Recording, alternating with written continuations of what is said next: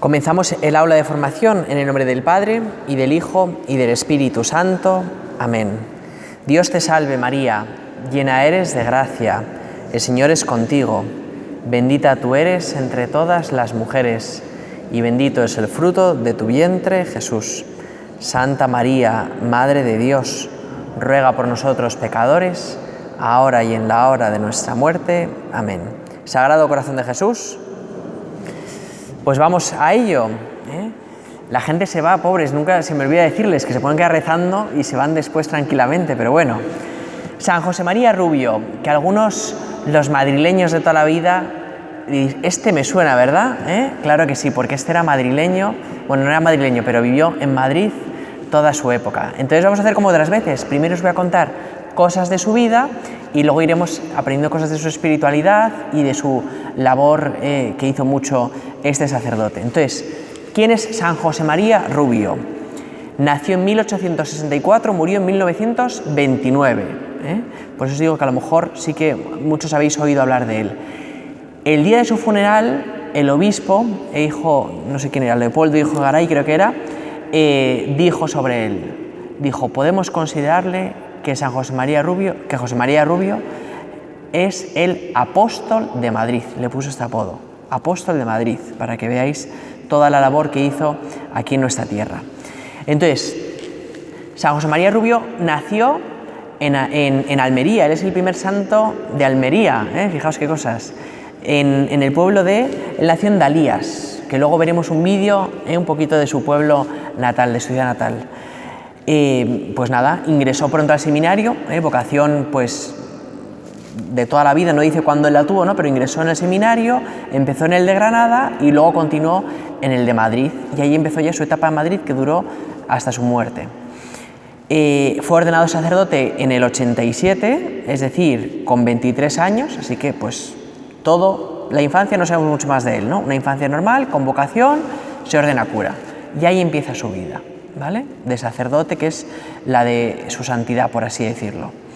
Entonces, ¿qué ocurre? Recién ordenado sacerdote le destinan como segundo de a bordo a la parroquia de Chinchón. Y entonces ahí va 9 meses, ahí aprende a ser cura en una parroquia. Después de eso, de esos 9 meses, le cambian de destino y le destinan a Estremera, cerca de Guadalajara, ya como párroco. Pero no le dejan ahí tranquilamente en su parroquia hacer tal, sino que le lían con un montón de cargos, porque se ve que era una persona muy capacitada y fue una persona también que dijo que sí a todo, porque lo fácil es decir, tengo mucho trabajo, no me liéis, y él en cambio pues sabía que tenía mucha capacidad y dijo que sí a muchas cosas. Entonces, ¿a qué dijo que sí? Pues por ejemplo, en el seminario le pidieron ser profesor de latín, y ahí que iba a dar clase de latín desde Estremera cerca de Guadalajara, o sea, un paseíto, ¿verdad?, largo tenía para ir a dar sus clases de latín al seminario.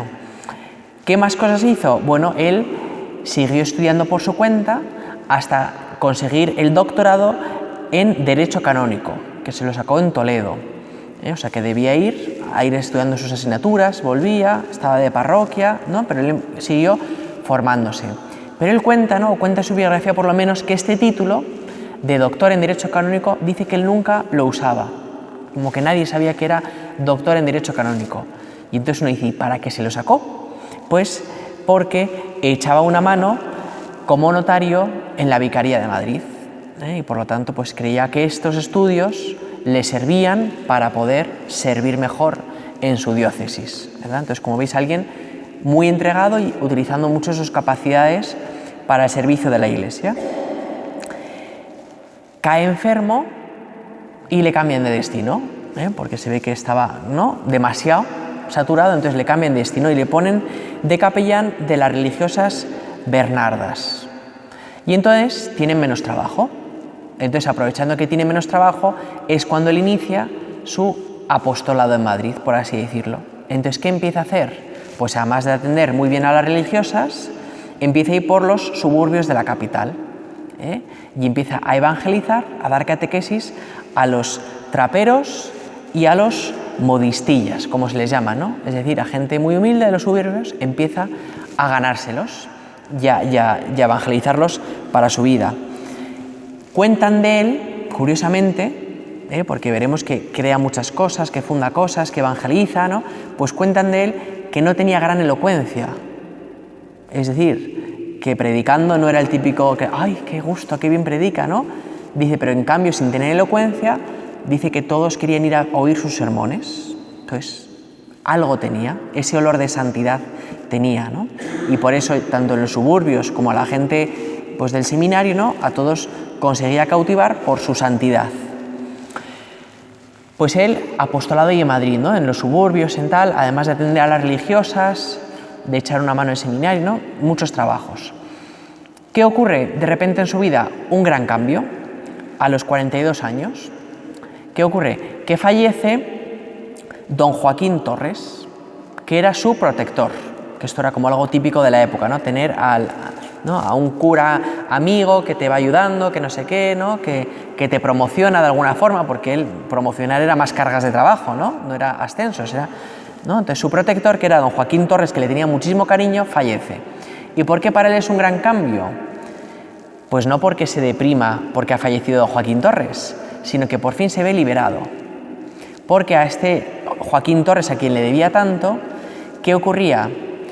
Pues que no soportaba a los jesuitas. Y San José María Rubio tenía el gran deseo de entrar en la compañía de Jesús, de hacerse jesuita, ya siendo sacerdote, pero claro, por amor, por caridad hacia su protector, pues no lo hacía, ¿no? Como un acto de caridad, de humildad, ¿no? Un deseo, pues oye, lo tenía ya aparcado hasta que ya por fin falleció don Joaquín. Y una vez que falleció, pues ya fue a la compañía de Jesús a pedir su ingreso, con 42 años. No sé si es normal o no normal que esto ocurra, que se pase de sacerdote diocesano a religioso a esa edad tan avanzada. Yo he visto casos en Madrid, por lo menos, pues alguien recién ordenado o con unos años de 5 o 10 años de cura, pues pasarse a la vida monacal o incluso irse a los jesuitas, ¿no? Pero él con 42 años, es decir, casi 20 años de cura, ¿no? Pues dio este paso, se ve que lo tenía clarísimo. Y entra en la vida religiosa. Fijaos, es un gran cambio en su vida. ¿Por qué? Porque los curas diocesanos hacemos lo que nos apetece, así dicho mal y pronto, ¿no? Tenemos un trabajo, vamos a poner así entre comillas, ¿no? Que es atender nuestra parroquia o nuestras labores encomendadas y luego, pues, anchas Castilla. Que esto es lo que significa ser sacerdote secular. Significa estar en el mundo y precisamente estar en el mundo con los riesgos propios de estar en el mundo. Pues él renuncia a eso, porque entrar en la vida religiosa, ¿qué implica? Empezar a vivir la obediencia a los 42 años, habiendo hecho lo que le apetecía, entre comillas, ¿no? Y por lo tanto es un gran acto de humildad, el pasarse a esa vida religiosa, el empezar a tener un superior, el no decidir sobre mi destino pastoral, porque dar ese cambio implicaba renunciar a sus labores apostólicas que tenía. Y él, pues eso, lo hace, renuncia porque ve que es una vocación divina, ¿no? Lo que le está pidiendo Dios. Y se pasa a los jesuitas. ¿Qué ocurre? Pues los jesuitas le destinan en Madrid, pero 5 años le mandan fuera, a Granada, le mandan al noviciado de Granada, está ahí 5 años viviendo como novicio y luego ya vuelve a Madrid. Por eso os digo que en el fondo casi toda la vida ha estado en Madrid, salvo su infancia, está en el seminario y esos 5 años que estuvo destinado en el noviciado de Granada con los jesuitas. Vuelve a Madrid y ya vivió en la compañía de Jesús como jesuita hasta que ya falleció. Entonces, en esa etapa de su vida apostólica, juventud, esos 20 años de sacerdote diocesano, que luego continuó como religioso, ¿qué obras creó él? ¿Qué no hizo? Pues bueno, sobre todo 3 cosas hizo él. Una es una asociación que fundó él, que se llamaba la Guardia de Honor del Sagrado Corazón. La Guardia de Honor del Sagrado Corazón. Sigue existiendo. Aquí llegan calendarios, por lo menos llega uno a la parroquia y yo lo tengo ahí en la sacristía siempre. Entonces, pero no he descubierto muy bien qué es esto, ¿vale? Lo he investigado, he mirado en internet y tal, entonces no sé decir qué es. Es una asociación donde claramente se cuida mucho el amor al Sagrado Corazón de Jesús, ¿vale? Pero no sé deciros más. Esta es la primera cosa que él funda, esta asociación. Segunda cosa, él funda las Marías de los Sagrarios en Madrid. El origen había sido San Manuel González, que las había creado creo que en Granada, ¿no? Y él, que la conocía esa obra, la trae aquí a Madrid, de la cual luego os voy a hablar, de estas Marías de los Sagrarios. Y la tercera obra social que él hizo fue unas escuelas sociales que creó en el barrio de la Ventilla, ¿vale? Estas fueron sus labores. Entonces, ¿por qué es importante estas labores? No porque para ser santo hay que crear cosas, porque si no, aquí no somos santos nadie, ¿verdad? Sino porque se ve que tenía un corazón tan grande que no se quedaba encerrado solamente en su parroquia o en su destino, sino que veía ese deseo de Dios que le decía más, más. Y entonces él iba respondiendo a lo que Dios le iba llamando, ¿no? Al lugar al que le iba destinando. Luego él tiene un momento muy importante de su vida, o que pasará a la historia, ¿cuál es? El famoso momento de la consagración de España al Sagrado Corazón de Jesús que hizo Alfonso XIII en el año 1917. ¿Por qué es importante esto para la vida de San José María Rubio? Porque él había fundado esa asociación de Guardia de Honor del Sagrado Corazón. Él era el apóstol de Madrid, ¿no? Entonces se ve que ya tenía una fama en esa época. Y entonces el texto de la consagración de España lo redactó Antonio Maura, pero el rey, Alfonso XIII, pidió expresamente que San José María Rubio revisase el texto.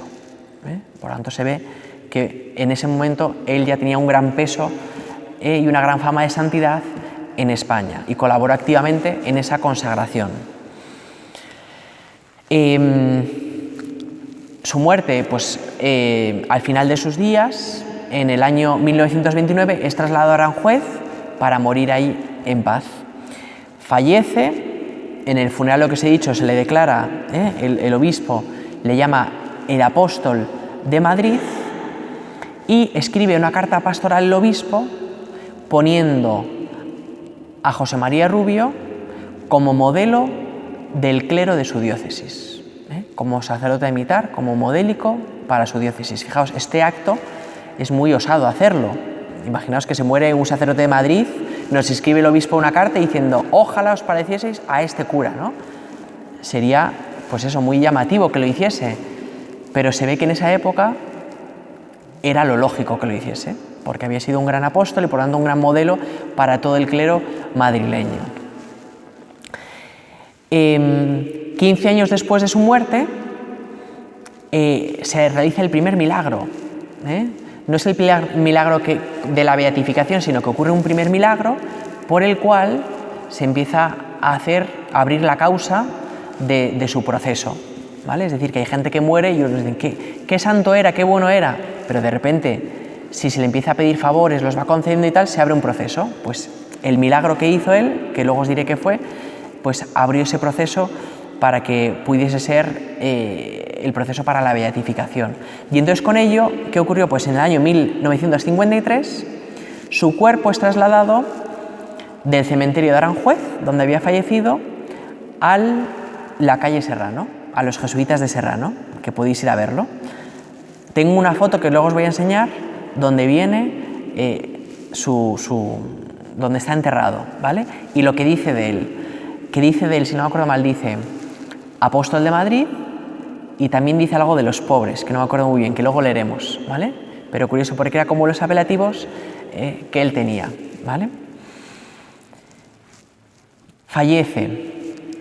Entonces, ¿cuáles eran? Esta es un poco su vida, ¿vale? Así, a grosso modo.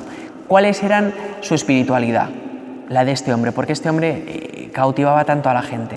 Pues él tenía una máxima que repetía mucho en su predicación, en sus escritos, que era la siguiente: hacer lo que Dios quiere y querer lo que Dios hace. Os la repito, su máxima: hacer lo que Dios quiere y querer lo que Dios hace.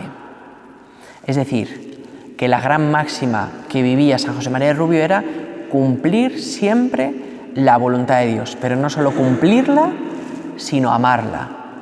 Y entonces, entendiendo esta máxima, se entiende todo lo que os acabo de explicar de su vida. Porque uno dice, ¿por qué se complicaba tanto la vida San José María Rubio? ¿Por qué no estaba tranquilamente en su parroquia ahí, ¿no? Y ya está. Porque veía esa voluntad de Dios, que le pedía más y amaba esa voluntad. Y por lo tanto se lanzaba a ese más que Dios le pedía, ¿no? A ir a los suburbios, a de repente crear la Asociación de las Marías de los Agrarios, ¿no? Todo eso era no un deseo que él tenía de hacer cosas, sino como un deseo de responder a la llamada de Dios. Por eso esa gran actividad pastoral. También su actividad social, que esto es muy llamativo de todos los santos. Si dijésemos, ¿qué tienen en común los santos? Pues el amor a Dios por excelencia y ese amor a los pobres que siempre, a veces, ¿no? ¿Os acordáis cuando hablamos del Padre Pío, que fundó un hospital para los pobres, ¿no? Y otros grandes santos que han hecho cosas para los pobres? Pues él también, un gran desarrollo social, ¿no? Esas escuelas que abrió. Y entonces, el título, que es que ya lo tengo aquí escrito, este que aparece en su lápida, Apóstol de Madrid, y otro atributo con el que se le llamaba era Padre de los pobres. Fijaos qué bonito, Padre de los pobres. Se me viene a la mente ahora uno que está en proceso de beatificación, bueno, beato, ¿no? El beato Carlo Acutis, que a lo mejor lo habéis oído, que es así más moderno y tal, ¿no? Pues ¿sabéis este beato por qué llegó a ser beato? Uno dice, ¿por cómo murió? Porque murió muy santamente, pero no fue eso, porque cuentan que el día de su funeral la iglesia, además de familia, de amigos, dice que estaba llena de pobres, que él veía en la calle, que él se hacía amigos, que él tal, ¿no? Entonces, claro, beato Carlo Acutis no fundó una escuela pía, pero ese trato con los pobres se ve que es algo característico que han tenido siempre los santos, el estar atentos a los demás. En nuestro caso puede ser otras cosas, puede ser el cuidar a mi madre que está muy enferma, o el cuidar a esta amiga mía que está muy enferma, ¿no? O sea, que a veces Dios no nos pide fundar cosas, sino que nos las pone muy cerca, pero es la máxima que tenía San José María Rubio, hacer lo que Dios quiere y querer lo que Dios hace, y por lo tanto, oye Señor, ¿cuál es tu voluntad para poder amarla? Bueno, otra cosa de su espiritualidad, fijaos, cuando él pasa la vida religiosa, le quitaron todo, él cuenta cómo le quitaron, en su biografía, ¿no? Él cuenta y dice, me quitaron de director de las Marías de los Agrarios, que era algo que él tenía el corazón puesto en ello. Me quitaron del director del Boletín del Sagrado Corazón, que era algo que él amaba mucho. Pero él dice, fijaos qué bonita la frase que dice después de decir, me han quitado mis dos grandes amores, dice, debo ser tonto, no me cuesta obedecer. Fijaos que eso define un poco su espiritualidad, ¿no? Debo ser tonto, no me cuesta obedecer. Te quitan lo que más quieres, pero como él ve la voluntad de Dios en eso, lo ama. Y por lo tanto dice, no me cuesta, porque lo estoy amando, que me quiten todo esto, ¿vale? Una anécdota os voy a leer, porque aunque uno es santo, a veces te intentan hacer la vida imposible. Entonces, una anécdota que hicieron contra él. Dice, se hizo el suceso de un día de carnaval, en el que, llamado a llevar los últimos sacramentos a un enfermo, un grupo de juerguistas le habían preparado una trampa en una casa de citas. Uno de ellos pretendía, en una cama, hacer el papel de moribundo para burla y regocijo de los demás y dar ocasión de fotografiar al incauto sacerdote. Al entrar a José María en el prostíbulo, con la intención de atender al enfermo, descubrió que éste estaba realmente muerto. El pánico y la impresión fue tal que dos personas se hicieron religiosos poco después, entre ellos el famoso radiofonista padre Venancio Marcos.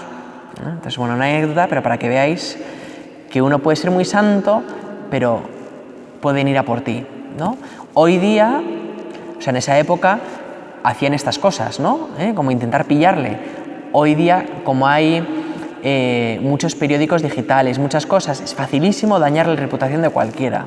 Por lo tanto, aunque oigáis cosas malas de cualquier persona, no os fiéis, porque hay gente mala que quiere hacer el mal. Y solo cuando uno encuentra a la persona y habla con ella es donde descubre esa santidad que uno puede tener, ¿vale?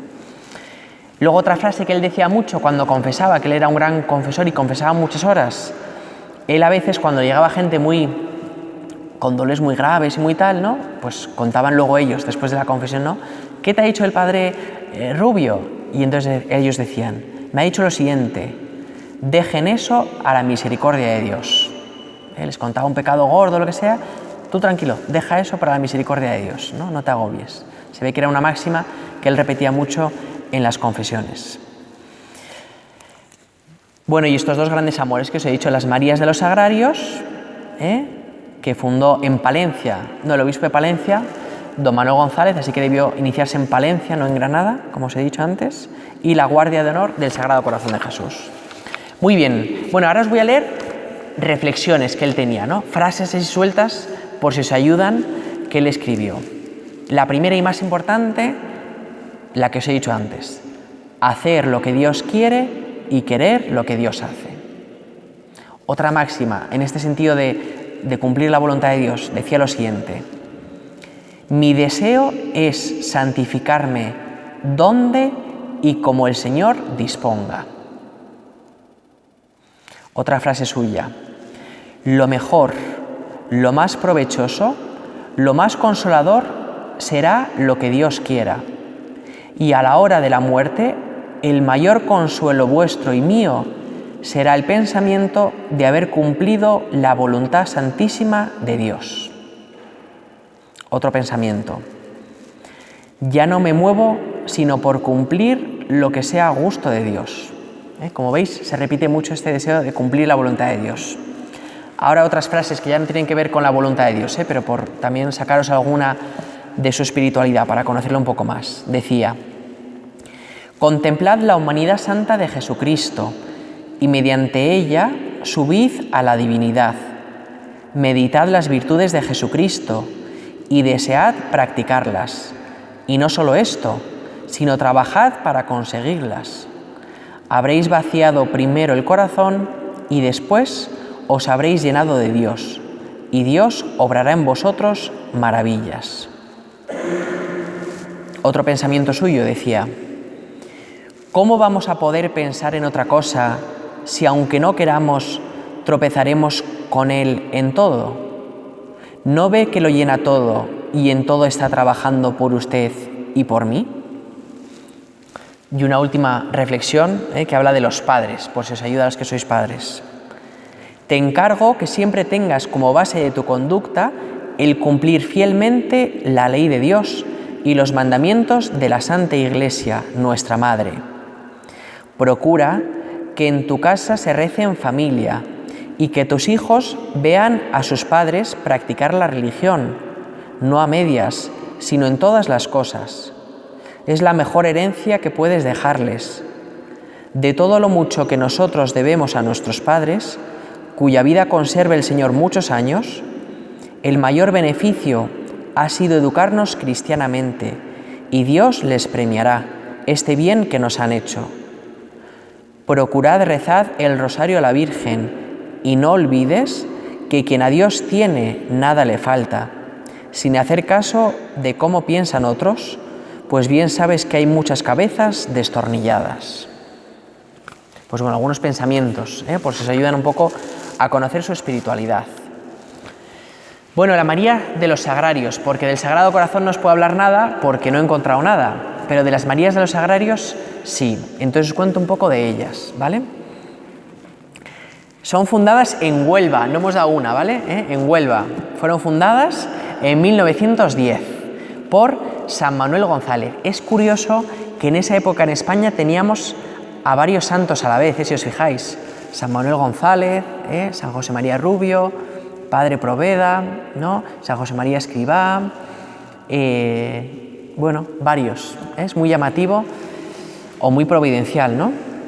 Bueno, pues San Manuel González las funda, que tenía otro nombre también. En vez de María de los Sagrarios, también San Manuel González les llamaba de vez en cuando la obra de las tres Marías de los Sagrarios Calvarios, aludiendo a esa imagen del Calvario, las tres Marías que había ahí en la cruz. Entonces la funda en 1910 San Manuel González, y un año después San José María Rubio se trae esta fundación a Madrid. No es que se la traiga, sino que funda, ¿no? Con el mismo espíritu y mismo carisma y todo, las funda aquí en Madrid. Y también funda otra institución que se llama Discípulos de San Juan, que como veis tiene todo que ver, ¿eh? Las tres Marías del Calvario, pues discípulos de San Juan, tiene el mismo sentido. Entonces, ¿cuál es el fin de esta asociación? El fin es acompañar al Señor en la soledad de sus sagrarios, amarle por los que no le aman y reparar por los que le ofenden, rezando muy especialmente por los sacerdotes de las parroquias que tienen encomendadas. ¿Vale? Entonces, es muy bonito. Cuando uno ve estas cosas y dice, esto es el Espíritu Santo, ¿verdad?, que crea todo tipo de cosas geniales. Entonces, las Marías de los Sagrarios, ¿cuál es la función que tienen? Pues se les encomienda una parroquia y entonces rezan por el sacerdote de esa parroquia, rezan por el sagrario, ¿no?, por el Señor que está en el sagrario de esa parroquia para que no esté solo, aunque esté distante esa María de los Sagrarios, ¿no? Este es el fin. Pero no solo eso, sino que también hacen más cosas, porque se ocupan del cuidado y la atención de los sagrarios. Es decir, que no solo es un rezar, sino que también es un visitar, ver cómo está cuidado, y en la sede que tienen ellas hacen costura también para hacer paños litúrgicos para el buen mantenimiento de esos sagrarios, o de los manteles o de lo que sea, ¿no?, para que realmente el Señor esté bien cuidado en esa parroquia, sea el sacerdote que sea, tenga amor o no a la Eucaristía, entre comillas, ¿me entendéis, no? Pues que esa María de los Sagrarios se ocupe de que el Señor en el sagrario esté bien cuidado, ¿vale? Entonces, como veis, es una cosa muy bonita. Y en la sede que tienen ellas, también tienen el Santísimo ellas expuesto todo el día y lo van velando por turnos, para también ellas tener su sagrario al que poder también cuidar. Entonces, bueno, como veis, una obra muy bonita y que él quiso traérsela, ¿vale? Bueno, milagros de San José María Rubio. 3 milagros he encontrado de él. El primero fue lo que os he dicho, para abrir como ese proceso, para que de repente la gente dijese, ahí va, que este santo realmente concede cosas. Esto no tiene por qué ocurrir, es decir, que se abren procesos sin que haya milagros. Por fama de santidad se abren procesos, ¿vale? Entonces, en este caso no se había abierto y después del milagro se abrió. Entonces, ¿cómo fue el milagro? ¿Por qué os hablo de milagros? Para que creáis y pidáis milagros vosotros también, A los que están en proceso hay que pedirles, como les falta un milagro, aprovechaos de su necesidad, entre comillas, para que os lo conceda. Porque yo que conozco, os voy a traer a uno de la causa de los santos, aquí os voy a traer en febrero para que os hable y os cuente cosas, porque lo que cuentan es que la gente hoy día no pide milagros y por eso no hay tantos milagros como antes, así que tenemos que pedir. Bueno, el primer milagro, a María Dolores Terres se lo concedió. Entonces, el doctor Alberto Verdejo, diagnosticó un tumor maligno con peligro grave de muerte, que iba a matar a esta pobre señora. Y entonces la hermana de esta señora, Encarnación, se acordó del padre Rubio y dijo, voy a encomendarme a él. Hizo una novena, acabada la novena, su hermana ingresó en el hospital y no encontraron rastro del tumor, y no había explicación científica para demostrarlo, ¿vale? Primer milagro. Segundo milagro, se lo concedió a María Victoria Guzmán. Entonces, cuando María Victoria tenía 2 años y medio, le diagnosticaron meningitis tuberculosa, que conducía irremediablemente a la muerte con 2 años y medio. La madre, cuando se enteró, no, ya lo sabía, ¿no?, pero cuando de repente ya tal, dijo, necesito una reliquia del padre Rubio. Se la trajeron, se la puso a su hija y al cabo de un rato la niña se incorporó, había superado la enfermedad y no había ninguna explicación natural para explicar esa curación. Y ese fue el milagro de la beatificación, que fue en el año 85. Y el milagro de la canonización se lo concedió a José Luis Gómez Montán, que este era jesuita, y entonces tenía un tumor maligno de pulmón en avanzado proceso de expansión. Y entonces él, desde que le diagnosticaron la enfermedad, dijo, esto se lo encomiendo al padre José María Rubio, ¿eh? No hubo más que dudar, ¿no? Se lo pidió, y de repente un día, sin explicación científica, tenía la curación total de ese tumor, había desaparecido completamente. Y ese fue el milagro de la canonización. Así que, como veis, los milagros existen, así que tenemos que tener más fe y pedirlos, ¿vale? Bueno, pues una última cosa os he traído para leer y luego ya os enseño la foto y vemos un vídeo de Dalías, de la ciudad natal. ¿Qué texto os he traído? El de la consagración de España al Sagrado Corazón de Jesús, porque, hombre, estamos en el lugar para leerlo precisamente, ¿no? Y ya que San José María Rubio, oye, pues lo revisó y vio que estaba todo bien, pues vamos a aprovecharnos de él, ¿vale? Así que si os parece, os lo voy a leer. Es la consagración del 30 de mayo de 1919. Es un folio, ¿vale? Por las dos caras.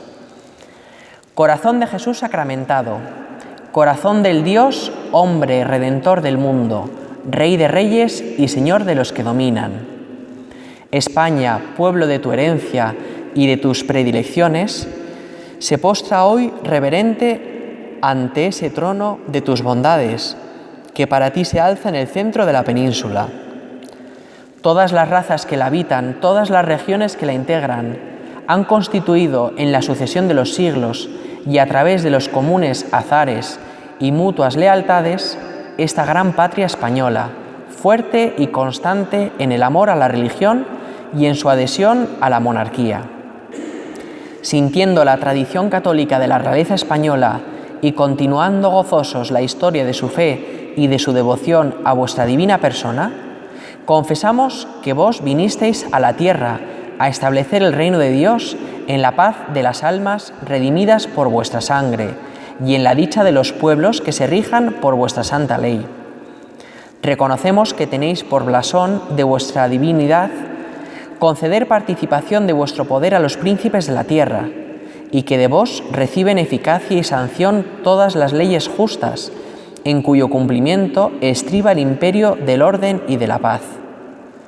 Vos sois el camino seguro que conduce a la posesión de la vida eterna, luz inextinguible que alumbra los entendimientos para que conozcan la verdad y el principio propulsor de toda vida y de todo legítimo progreso social, afianzándose en vos y en el poderío y suavidad de vuestra gracia todas las virtudes y heroísmos que elevan y hermosean el alma. Venga pues a nosotros vuestro santísimo reino, que es reino de justicia y de amor. Reinad en los corazones de los hombres, en el seno de los hogares, en la inteligencia de los sabios, en las aulas de las ciencias y de las letras, y en nuestras leyes e instituciones patrias. Gracias, Señor, por habernos librado misericordiosamente de la común desgracia de la guerra, que a tantos pueblos ha desangrado. Continuad con nosotros la obra de vuestra amorosa providencia. Desde estas alturas, que para vos hemos escogido como símbolo del deseo que nos anima de que presidáis todas nuestras empresas, bendecid a los pobres, a los obreros, a los proletarios, para que en la pacífica armonía de todas las clases sociales encuentren justicia y caridad que haga más suave su vida, más llevadero su trabajo. Bendecid al ejército y a la marina, brazos armados de la patria, para que en la lealtad de su disciplina y en el valor de sus armas sean siempre salvaguardia de la nación y defensa del derecho. Bendecidnos a todos los que aquí reunidos en la cordialidad de unos mismos santos amores de la religión y de la patria, queremos consagrarnos nuestra vida pidiéndoos como premio de ella el morir en la seguridad de vuestro amor y en el regalado seno de vuestro corazón adorable. Así sea. Bueno, consagración bonita. ¿Alguna pregunta antes de poneros el vídeo? ¿No os tenéis algo que preguntar? Pues voy a poneros primero la imagen de su lápida, ¿vale? Y luego ya ponemos el vídeo para que veáis lo que os he dicho.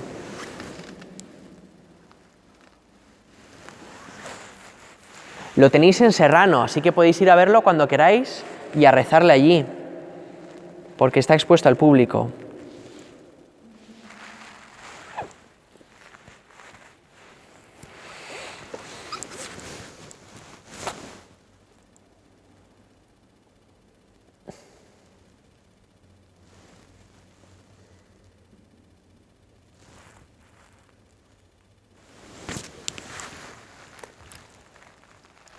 Está enganchando con el proyector, perdonad. Es que si lo hago al principio se me bloquea porque lleva 30 minutos sin hablar, entonces... Ahí, ya está, venga, ahora lo vais a ver. Ahí lo veis, ¿no? Entonces os lo voy a ampliar para que lo podáis ver.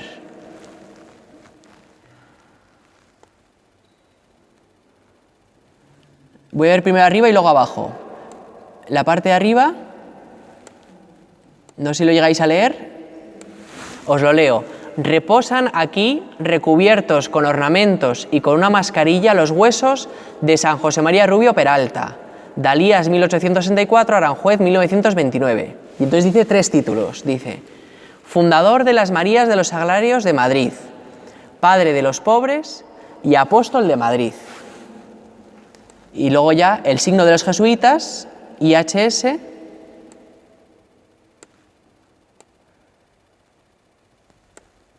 y aquí está, ¿verdad?, su féretro, Padre Rubio, ¿vale? Así que cuando queráis le podéis visitar, ¿vale? Y ahora ya os voy a poner el vídeo de Dalías, de su ciudad natal, donde hay un museo con cosas de él.